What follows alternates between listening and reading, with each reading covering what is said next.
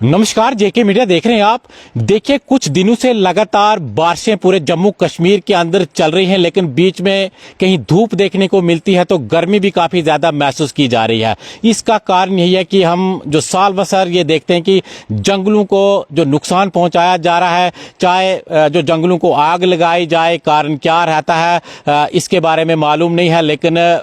उससे जो हम देख रहे हैं कि गर्मी में काफी इजाफा हो रहा है। पिछले साल काफी ज्यादा गर्मी थी और इस साल लग रहा है कि आने वाले टाइम में काफी ज्यादा गर्मी महसूस की जाएगी, क्योंकि आज हम देख रहे हैं कि 2 दिनों के बाद आज थोड़ी सी धूप निकली थी, लेकिन गर्मी काफी ज्यादा है। इस समय मेरे साथ बात करने के लिए अंकित जी हैं, जिन्होंने हाल ही में JKS का एग्जाम क्वालिफाई किया है, ये भी आज घर हैं। और नवीन जी हैं जो कैंपस में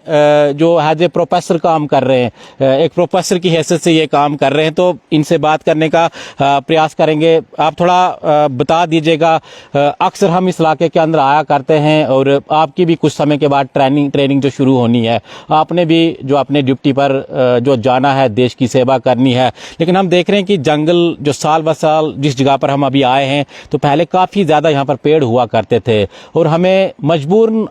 आज के दिन, हालांकि आपको पता कि ठंड है, उतनी ज़्यादा गर्मी नहीं है, लेकिन फिर भी इतनी ज़्यादा जो गर्मी महसूस की जा रही है कि हमें इस इलाके में आना पड़ा, क्योंकि अभी भी इस इलाके में हम देख रहे हैं कि थोड़ा फर्क है। जंगल हैं, लेकिन जिस प्रकार से हम देख रहे हैं कि जंगलों में जो आग लगाई जाती है या इसके अलावा पेड़ों को जो काटा जाता है, तो आने वाले टाइम में क्या हाल होगा इस इन्वायरमेंट का, जिस तरह से हम इस समय देख रहे हैं। जी, सबसे पहले तो आपका बहुत बहुत शुक्रिया कि इस बर्निंग इशू पे आज आपने हमें बात करने का मौका दिया। तो जहाँ तक इन्वायरमेंट की बात है, तो इन्वायरमेंट ना खाली हमारे इस एरिया में इशू है, बल्कि थ्रू आउट वर्ल्ड में ये एक मेजर इशू बना हुआ है। और यहाँ पे जहाँ तक हम देखते हैं तो बाकी एरिया से यहाँ पे काफ़ी अच्छा क्लाइमेट रहता है, और उसकी वजह यही है कि यहाँ पे पेड़ पौधे मतलब अच्छे हैं, और बिसाइड्स दिस यहाँ पे अभी उस हिसाब से डिस्ट्रक्शन नहीं हो रही है जैसे कि बाकी एरियो में है। लेकिन अगर आप खुद देखोगे, कुछ टाइम से यहाँ पे भी अब गर्मी हमें फील होती है, उतनी ज़्यादा नहीं होती है, बट कंपैरेटिवली पहले यहाँ पे अब गर्मी हो रही है। इसका रीज़न ये है कि क्लाइमेट चेंज कहीं ना कहीं अपना जो दृश्य है वो दिखा रही है। जैसे कि हम सबको पता है कि 2 दिन पहले यहाँ पे काफ़ी अच्छी बारिश हुई, और आज थोड़ी सी धूप से हमें भी गर्मी महसूस होने लगी। तो इसलिए मतलब मैं सब लोगों से यही निवेदन करूंगा कि जितने भी हमारे पेड़ पौधे हैं या कोई भी हमारे नेचुरल रिसोर्सेज हैं, उनको सस्टेनेबल तरीके से यूज़ करें, ताकि इसका फ़ायदा ना केवल हमें मिले बल्कि हमारी आने वाली जनरेशन को भी मिले। चलिए, थोड़ा आप बता दीजिएगा, आप अक्सर इस इलाके में आया करते थे और आपने आगे चलकर कोई डिपार्टमेंट लेना है, अभी आपको जो पोस्टें मिली नहीं है, ट्रेनिंग आपकी होगी, क्या मैसेज जो लास्ट में आप बता दीजिएगा लोगों के लिए, क्योंकि देखिए ये हमारी प्रॉपर्टी है, ना कि हम डिपार्टमेंट के ऊपर इल्ज़ाम लगाएं बार बार कि भाई डिपार्टमेंट कुछ नहीं कर रहा है। ज़रूर इसमें डिपार्टमेंट की भी गलती रहती है, लेकिन हमें भी जिम्मेवारी लेनी चाहिए, हमें भी जो ये सोचना चाहिए कि ये हमारी प्रॉपर्टी है और आगे चलकर हमारे ही काम आने वाली है, ना कि डिपार्टमेंट के ऊपर ब्लेम करें, खुद भी इस जंगल को बचाने का प्रयास करें। एग्जैक्टली जहाँ तक स्टेक होल्डर्स की बात है, तो डिपार्टमेंट से ज़्यादा लोग इसमें खुद स्टेक्स रखते हैं, और मुझे ऐसा लगता है कि गवर्नमेंट के डिफरेंट अवेयरनेस प्रोग्राम के अलावा भी लोगों को जंगल का बड़े अच्छे तरीके से यूज़ करना चाहिए। जैसे हम देखते हैं कि अक्सर लोग जंगलों में आग लगाया करते हैं, स्मगलिंग करते हैं और बड़ी सारी चीज़ें करते हैं। तो ये चीज़ें नहीं करनी चाहिए, क्योंकि ये एक ऐसा रिसोर्स है जो बेसिकली नेचर ने हमें प्रोवाइड किया है, और इसके बेनिफिट हमें बेसिकली उतने दिखते नहीं हैं जितने ये हमें प्रोवाइड करता है। जैसे सपोज करो बारिश का जो आना है, नेचुरल वाटर का जो आना है, या मतलब फ्रेश एयर जो प्रोवाइड करनी है। इसके अलावा जैसे आपको पता है कि ये हमारा जो एरिया है गुची मशरूम्स के लिए काफ़ी फेमस है, मतलब बड़ी सारी चीज़ें ये हमें प्रोवाइड करता है। तो लोगों को मेरा यही मैसेज रहेगा कि मतलब इस चीज़ की ना खाली ये ब्यूटी है, बट आल्सो इसके हमें बहुत सारे बेनिफिट्स मिलते हैं। तो इस चीज़ को हमें बड़े अच्छी तरीके से यूटिलाइज करना है, जितनी ज़रूरत है उस हिसाब से ही देखें और मिसयूज़ ना करें चीज़ों का, ताकि ना केवल हमें इस चीज़ का बेनिफिट मिले बल्कि बड़े सारे लोगों को बेनिफिट मिले। और मैं तो ये भी कहना चाहूँगा कि इस एरिया को टूरिज्म मैप पे भी लाया जा सकता है, क्योंकि ये जो एरिया हमारा है यहाँ पे खाली क्लाइमेट के हिसाब से नहीं मैं बोलूँगा, बल्कि यहाँ पे बहुत बहुत अच्छी अच्छी लोकेशंस हैं जो एक्सप्लोर की जा सकती हैं। और मेरा उस हिसाब से भी निवेदन ये रहेगा कि कोशिश की जाए कि ये जो एरिया है टूरिज्म मैप पे लाया जाए। ना खाली यहाँ पे अच्छा क्लाइमेट है, बल्कि यहाँ पे बहुत अच्छी अच्छी डेस्टिनेशंस भी हैं जो लोग यहाँ पे आएंगे। एक बार अगर कहीं वो यहाँ पे आ गए तो डेफिनेटली उनको दोबारा आने का भी यहाँ मौका मिलेगा। तो बस मेरा यही एक मैसेज लोगों को चलिए, रहेगा। नवीन जी से भी बात करने का हम प्रयास करेंगे। ये भी जेआरएफ कर चुके हैं जियोग्राफी में। थोड़ा आप क्लाइमेट के बारे में बता दीजिएगा, क्योंकि हम देख रहे हैं उसी के ऊपर बात हो रही थी जिस प्रकार से मैंने पहले जिक्र किया कि साल ब साल हम देख रहे हैं कि हर साल मौसम में चेंजिंग आती है, टेम्परेचर बढ़ता ही जा रहा है। और लोग जो यही बातें करते हैं कि भाई इतनी गर्मी तो हमने जम्मू में महसूस की है या कहीं बाहर महसूस की है, ये अब यहाँ पर महसूस हो रही है। आप थोड़ा बता दीजिएगा, क्योंकि आपको ज़्यादा इसके बारे में नॉलेज है, आपने जो अच्छी तरह इसको स्टडी किया है। जी, सबसे पहले जेके मीडिया का धन्यवाद जो मुझे ये मौका प्रदान किया कि मैं कुछ अपने विचार प्रकट कर सकूं आपके सामने। तो जैसे आपने अभी अंकित जी से पूछा, तो अंकित जी ने ये कहा कि हमें यहाँ पे बहुत सारी जो प्रॉब्लम्स हैं उनका निवारण भी इन्होंने कहा, इश्यूज़ हैं जो हम यहाँ पे फेस कर रहे हैं। जैसे सबसे बड़ी प्रॉब्लम है, आपने अभी बताया कि क्लाइमेट चेंज।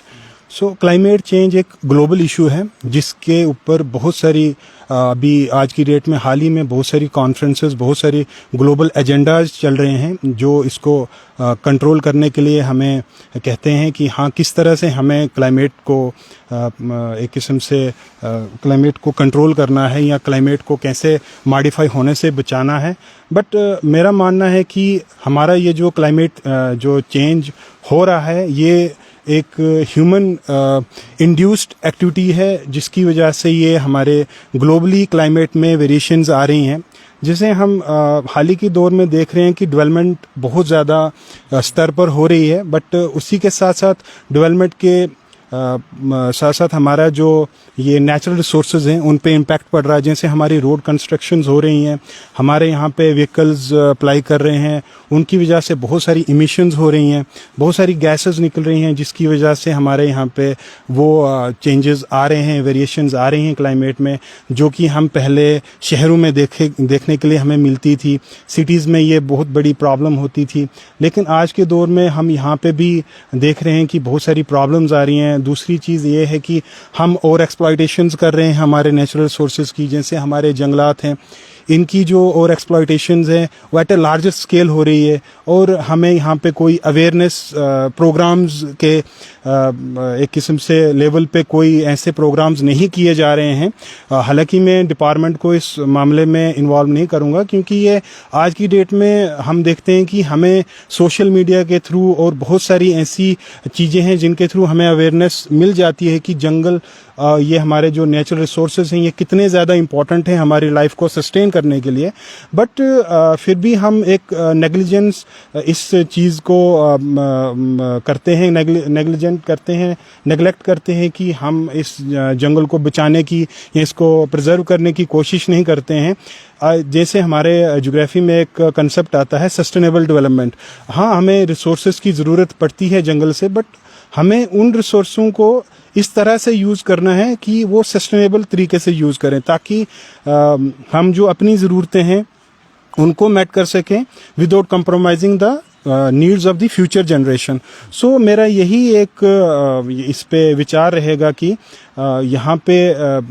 हमारे जितने भी क्लाइमेटिक वेरिएशंस आ रही हैं, तो वो तो मुझे लगता है कि एंथ्रोपोजेनिक एक्टिविटीज़ से ज़्यादा इंड्यूस्ड हो रही हैं, ज़्यादा वही एक काज मैं मानता हूँ इस चीज़ का, और एक्सप्लॉयटेशन जो हमारे नेचुरल रिसोर्सेज की हो रही है, तो उसकी वजह से अभी हमें आप जैसे अभी यहाँ पे मिले, तो हम यहाँ पे आज अंकित जी के साथ आए थे कि चलो जी थोड़ा पीछे तक जाते हैं, क्योंकि हमारे यहाँ पे थोड़ा सा जो जहाँ पे हम रहते हैं गांव में, तो वहाँ पे थोड़ा सा क्लाइमेट में थोड़ा वेरिएशन है, क्योंकि वहाँ पे उतनी जंगल नहीं है, तो थोड़ी गर्मी जैसी हो रही थी। तो हमने सोचा पीछे नाले तक जाते हैं, तो यहाँ पे एक प्लीजेंट बहुत ज़्यादा